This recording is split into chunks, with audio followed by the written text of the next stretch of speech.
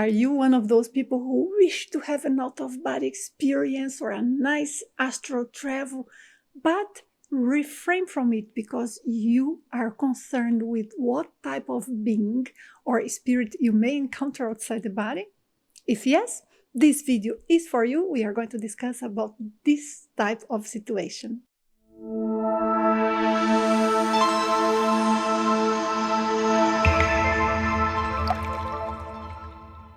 Throughout my life teaching out-of-body experience with the International Academy of Consciousness for almost 30 years, but also in personal situations in which we gave the VIP training, which is exclusive for one person trying to disconnect from the physical body and control the astral travel and see nice things outside the body. One point that many people have in common is that they want to have the experience, but they are uncertain about what they will meet, and therefore they end up completely spoiling their possibility of achieving the experience they want. So there are a few considerations that I would like to make here with you for you to ponder about if that is your case. Number one thing is that it's rare an out-of-body experience in which we encounter other individuals. Perhaps rare is not the right expression. Let's put it in better terms. When we have an out-of-body experience, it's a wrong belief that every time we are just out and we are going to meet someone, either be someone good helping us, or what people fear the most, if it's someone unbalanced, what they will do. But in practice, the great majority of the out-of-body experience, especially when we have less experience with this type of phenomena, are of a type that we do not encounter anyone. So we are flying or we are dealing with the stability of our astral body or non-physical body. We are learning to pass through walls. We are flying. We are trying to see our bodies. Or sometimes we are even a little bit confused, not knowing if we are projected outside the body or if it's a dream. And then we just remember of that in the morning. That is what's most common. So one thing is, do not be over concerned with that. Actually, it gets to a point in which we want to meet someone. We want to interact. We want to see how the world is out there. Because remember one thing, we came from that world. We are not from here. We are from there. This moment here, this life is temporary.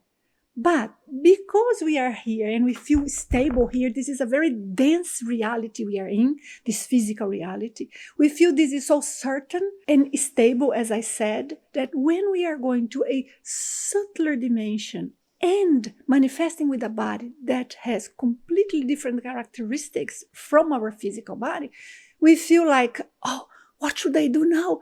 And I am entering a different type of reality.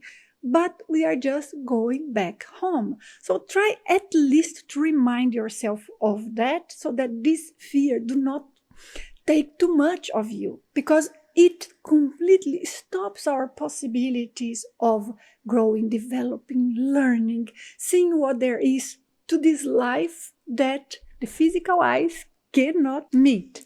A second point I would like you to consider is that when you are already outside the body, the reality you see there is as natural to you as when you visit a new city and you are, for example, downtown that new city.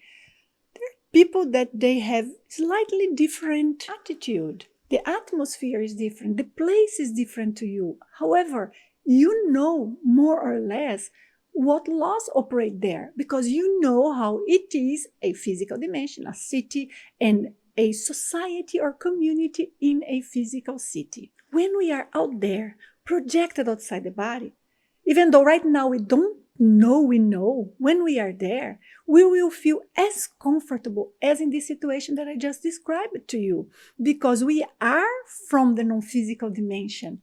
We came from there. And we naturally know how to behave. One big problem that somehow interferes very deeply is fear. And most of the fears we have in this area are learned. learned from stories we heard, from horror movies we see, and sometimes learned because when we were younger and sensitive, we might have sensed some things around of us. Sometimes we were afraid of them and we did not know what they were. So that becomes almost as a little trauma or conditioning that we can break and we should break, because these aspects are natural aspects of life. A third situation I want to mention to you is that we can learn energy techniques to defend ourselves outside the body.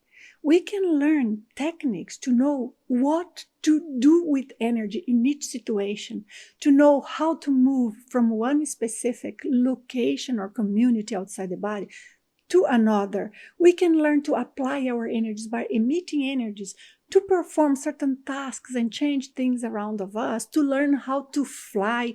And we can also learn how to use our energies outside the body to put ourselves in a level of higher lucidity and with the frequency in our energy bodies or in our energy that we will be not directly in contact with whatever dimension or energy or consciousness beings there that would be lower frequency from what we are.